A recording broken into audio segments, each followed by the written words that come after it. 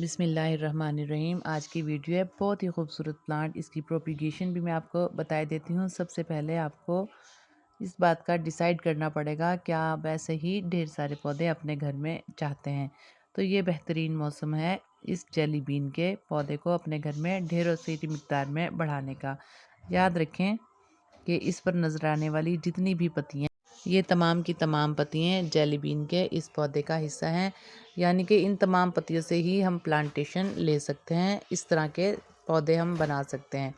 और इसके अलावा इनकी स्टेम कटिंग जैसा कि अब मैं आपके सामने लूँगी, ये स्टेम कटिंग से लगाना भी बहुत इजी रहेगा। स्टेम कटिंग से पहले ये जो दो पौधे बेस में आ रहे हैं, इस तरह के चंद एक पौधा जो है या चंद एक रोज़ेट आप जेली बीन का ज़रूर छोड़ें, ताकि जिस स्टेम से हम एक कटिंग के लिए स्टेम ले रहे हैं वो भी आने वाले टाइम में अच्छी सी अपने आप को हेल्दी तौर पे ग्रोथ कर सके। और ये देखें, ये जो लीव है इसको हल्का सा रोटेट करके हम सेपरेट कर लेंगे और ये तमाम के तमाम ही प्लांटेशन इनसे हम एक्सटेंड कर लेंगे और जेली बीन के प्लांट बन जाएंगे।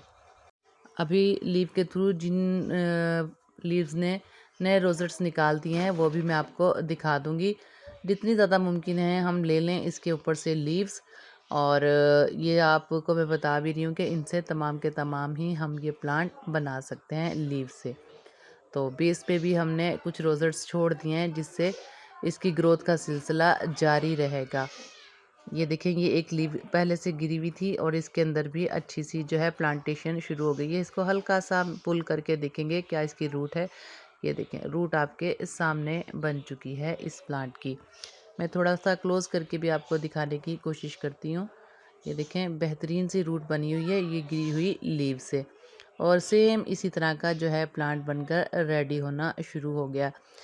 और जो मैंने लीव अब आज ली हैं उनको भी मैं इजीली लगा दूंगी। लगाने का तरीका भी मैं बताऊंगी कि किस तरीके से रखने से ज़्यादा बेहतर तरीके से प्लांटेशन हम ले सकते हैं। और बहुत अच्छी सी लीव के थ्रू प्रोपिगेशन जेली बीन की हो जाती है। जैसे जैसे मौसम फुल सनलाइट में भी अपने आप को टॉलरेट करता है और शेड में भी ये टॉलरेट कर लेता है। हाँ, मुकम्मल तौर पर इंडोर डार्क हिस्से में रखें। ये देखें, एरियल रूट्स भी इसकी होती है, मैं आपको दिखा रही हूँ इसके थ्रू, यानी कि इसकी प्रोपिगेशन बहुत इजी हो जाती है। जो इसकी नोड हैं वो जा बजा होती हैं, बहुत ज़्यादा होती हैं, तो छोटी सी स्टेम भी लगाएं, इसकी प्रोपिगेशन एक्सटेंड हो जाती है। बस हमने इसका सोइल मीडिया बहुत ही रफ टफ लेना है जिसमें पानी जो है वो बना रहे, मॉइस्चर हल्की फुल्की सी रहे। मैंने अपने किचन स्क्रैप भी इसमें डाला है और इसके अलावा गार्डन की जो थोड़ी इकट्ठा करने के बाद कूड़ा करकट और लीव्स होती हैं वो भी मैंने इसी कंटेनर में पहले अच्छे से भर ली हैं। तमाम ही वेल कंपोस्ट हुई हुई है मटेरियल, लेकिन इसके बावजूद फंगस से बचाने के लिए मैं चंद एक स्लाइसिस जो हैं एलोवेरा जेल के डाल दूंगी। याद रहे कि एलोवेरा जेल जो है अच्छा सा एंटी फंगल होता है। बहुत ही कम चांस रह जाते हैं एंटी फंगल, या हम इस स्टेज पर एंटी फंगल भी कोई सा भी पाउडर फॉर्म में डाल सकते हैं, या फिर एलोवेरा के जो स्लाइसिस हैं वो भी काफ़ी रहते हैं। बेस इसकी बहुत लाइट सी होगी, जो कंटेनर है बहुत लाइट होगा। टेरेस गार्डन पर रखने के लिए ये कंटेनर बहुत अच्छे रहते हैं। और याद रखें कि इसमें वेल ड्रेनेज सिस्टम तो बेहतरीन हो जाता है, लेकिन इतना भी इशू नहीं होता कि सारा ही पानी जो है वेल ड्रेन हो जाए कंटेनर से। फिर भी नमी बरकरार रहती है, लीव जो हैं अच्छा खासा पानी सोक कर लेती हैं, जिसकी वजह से वाटर रिटेन भी हल्का फुल्का रहता है और नमी बरकरार रहती है। ये मैंने एक पुराने गमले की मिट्टी इसकी टॉप पर लगाई है ताकि एक बेहतरीन सा लुक आ जाए और सोइल मीडिया बेहतर कंडीशन इख्तियार कर ले। और बहुत ही लाइट वेट ये कंटेनर रहते हैं और फिलिंग इनकी इतनी ज़्यादा हो जाती है कि हमें बहुत ही कम मिट्टी की ज़रूरत पड़ती है। अब इसकी वेल ड्रेनेज सिस्टम आप देख सकते हैं। जब थॉरली मैं पानी डालूँगी तो काफ़ी हद तक पानी जो इसके अंदर पत्तियाँ वगैरह हैं वो भी पी लेंगी। देखें, थॉरली मैं वाटर डाल रही हूँ और बबल्स भी आ रहे हैं, इसका मतलब है पानी अच्छा खासा सोक कर रही हैं जो लीव्स मैंने इसके अंदर डाली हुई हैं, लीव कंपोस्ट। ठीक है। और वेल ड्रेनेज सिस्टम, कंटेनर अपना पानी का रखने से पहले ही हम देखेंगे पानी सारा ड्रेन आउट हो चुका है। लेकिन बहुत ही अच्छा ये रहता है सोइल में। सबसे अच्छी बात है कि वेरी चीप ये और वेरी इजी टू मेक है, और हमने कोई सिंथेटिक पॉइंट ऑफ व्यू से इसमें कुछ भी ऐसा नहीं डाला जिसे हमें परचेज़ करना पड़े। सभी चीज़ें ऑर्गेनिकली हमें ईज़िली अवेलेबल हो जाती हैं। और टॉप लेयर पे पुराने गमले की मिट्टी डाल के अच्छी सी जो है कंटेनर बिल्कुल सेट हो गया है। अब एक बार फिर मैं इसको जो ड्राई फॉर्म में मिट्टी हमने डाली है इस पे थोड़ा सा और पानी डालूँगी। अब अच्छी सी जो है वेल ड्रेनेज सिस्टम भी हो गया और वाटर रिटेन भी इसके अंदर है, लेकिन पानी रुका हुआ नहीं है। एरियल रूट्स थी मैंने आपको फिर से दिखाई है। और ये कटिंग बस मैं इस तरीके से इजीली लगा दूंगी। सेंटर में ये एक लगा दूंगी इसकी स्टेम जेली बीन की, और ये इससे ही बन जाएगा, एक शक्ल इख्तियार कर लेगा प्लांटर की। हमारा ये कंटेनर के जेली बीन का प्लांटर है। अब जो बैलेंस जगह है इसमें मैं आपके सामने ही इसकी लगाऊंगी लीव्स, और लीव्स को रखने का थोड़ा सा एक अलग सा तरीका होगा। ये भी मैं इसी के अंदर लगा देती हूँ जो ऑलरेडी लीव के थ्रू प्रोपिगेशन हो रही है। तो इसको भी कोशिश करेंगे लीव मैं टॉप पे ही रहने दूंगी। और अगर ये वाली लीव जिससे मदर लीव कह सकते हैं इसको, जो हमारा जेली बीन का आने वाला नया रोजेट्स अपनी न्यूट्रिशनल पॉइंट ऑफ व्यू से अपनी न्यूट्रिशनल नीड पूरी कर रहा है, ये लीव इसी लीव से पूरी कर रहा है। ये लीव टॉप पर है तो भी ठीक है, और अगर ये मिट्टी के अंदर हम इसको डंप कर दें तो भी ऐसा इशू नहीं है। बस इस तरीके से करते हुए ये जो है मैंने मुकम्मल तौर पे इस पे रख दी है। और बस अगर ये थोड़ा सा अगर दब भी रहा है रोजेट्स तो कोई ऐसा इशू नहीं, दोबारा से पानी दूंगी तो ये मुकम्मल तौर पे सेट हो जाएगा। और ये सीज़र की बैग से सबसे अच्छी रहती है इसकी जो है रूट्स को मुकम्मल तौर पे छुपाने के लिए मिट्टी के अंदर। बस थोड़ा सा मैंने इसको भी प्रेस कर दिया रोजेट को। ये बहुत ही बेहतरीन प्लांटेशन जो है इसकी हो जाएगी कंटेनर में। एक रोजेट्स जो हमने सेंटर में लगाया है कटिंग वो तो रहेगी, उसमें एरियल रूट भी है। ये देखें इसी तरीके से मैंने ना ये भी लगाई थी लीव के थ्रू, ये भी अच्छी खासी हो गई हैं। ये जो सेंटर में है ये तो कटिंग है, लेकिन ये जो साइड में नज़र आ रहा है ना ये सेपरेट प्लांट्स हैं। ये लीव के थ्रू प्रोपिगेट हुए हैं, आहिस्ता आहिस्ता ये मुकम्मल तौर पे एक पूरे प्लांट की शक्ल इख्तियार कर लेंगे। इसको भी मैं पहले बेस से देखूंगी। बेस में देखें दो ऑलरेडी रोज़र 2 से 3 रोजेट निकल रहे हैं, और ये मैंने एक और स्टेम ली है, इसके अंदर से भी रोजेट्स मैं अलग कर लूँगी, इनको सेपरेट कंटेनर में लगा लूँगी और जो लीव हैं इनको उतार लूँगी। लीव के थ्रू भी प्रोपिगेशन देखें कितनी अच्छी सी हो रही है और देखने में बहुत खूबसूरत लगता है।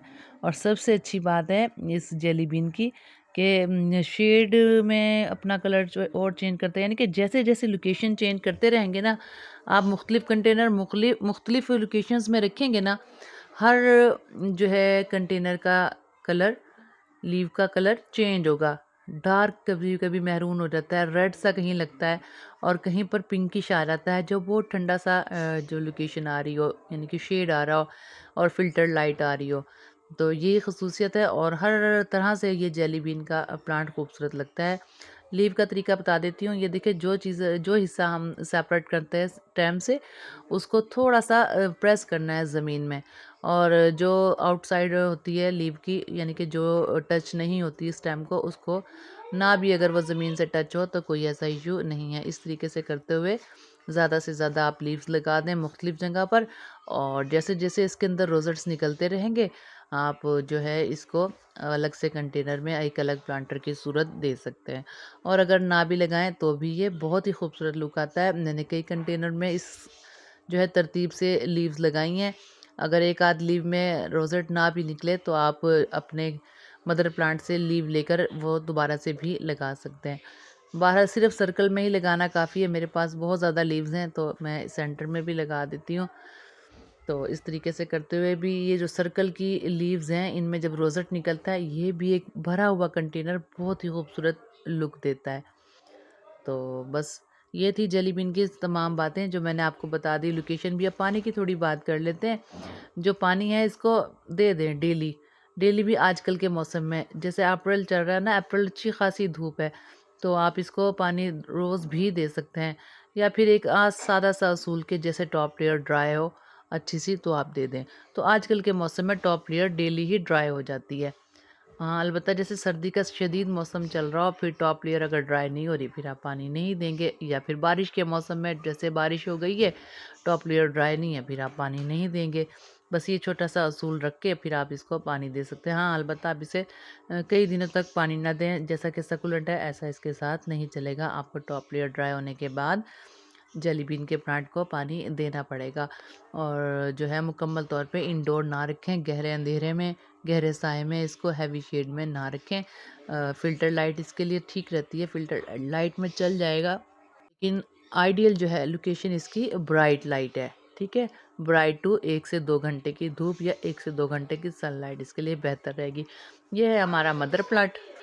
मदर प्लांट पे अभी भी माशाल्लाह खूबसूरती बरकरार है। और मैं जब थोड़ा-सा हेल्दी हो जाता है, मैं थोड़े से वाइट कलर के कंकड़ डाल देती हूँ इसके अंदर, कंस्ट्रक्शन में इस्तेमाल होने वाले, तो कंटेनर बहुत ही खूबसूरत लुक देते हैं। और भी इसके अंदर लीव्स हैं, अगर हम देखें तो साइड कॉर्नर में नज़र आ रही हैं, तो उनको भी जैसे-जैसे वक़्त मिलता है मैं अलग से प्लांटर रेडी करती रहती हूँ। और शेड भी मुख्तलिफ इनकी टॉप पर आते रहते हैं। मेरे पास 2-3 तरह के शेड बने हुए हैं। ये देखें, ये भी बेस में जो नज़र आ रही है लीव, इसके अंदर से भी जो है प्रोपिगेशन हो रही है। बहुत शुक्रिया, अपना और अपने प्यारों का ख़्याल रखिएगा। ये एक और लीव नज़र आ गई है, ये देखें, इसको भी दिखाई देती हूँ, इसकी है या नहीं। ये देखें, रूट अब पता चल जाएगा इसका, रूट है इसकी, ये देखें, बेहतरीन सी रूट है। कहने का मकसद है लीव के थ्रू बहुत अच्छी सी प्रोपिगेशन आप ले सकते हैं जेली बीन की। ये देख सकते हैं आप किस कदर हसीन सा प्लांटर बनकर रेडी हो रहा है। और यहाँ तक कि इसकी छोटी सी स्टेम भी बन गई है और मदर लीव साथ ही अटैच है। और मदर लीव से मज़ीद ये डाइट ले रहा है और अच्छी कंडीशन में है मदर लीव भी। ये देखें, रूट आप इसकी देख सकते हैं। याद रहे कि ये जो सोइल मीडिया मैंने आपको दिखाया था, थोड़े ही अरसे में ये मुकम्मल तौर पे मट्टी की शक्ल इख्तियार कर लेता है। मट्टी हर चीज़ को मट्टी कर देती है। थोड़ी सी भी मिकदार मट्टी को तमाम का तमाम जो किचन स्क्रैप और लीव कंपोस्ट है, मिट्टी में कन्वर्ट हो जाता है, कंपोस्ट बन जाता है।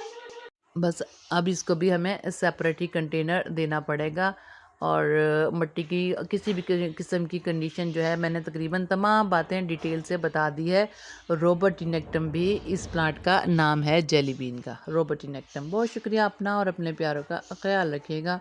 इसके साथ ही इजाज़त चाहती हूँ। इसके हवाले से कोई भी क्वेश्चन आपके माइंड में, आप मुझसे कमेंट्स में पूछ सकते हैं। अल्लाह हाफिज़।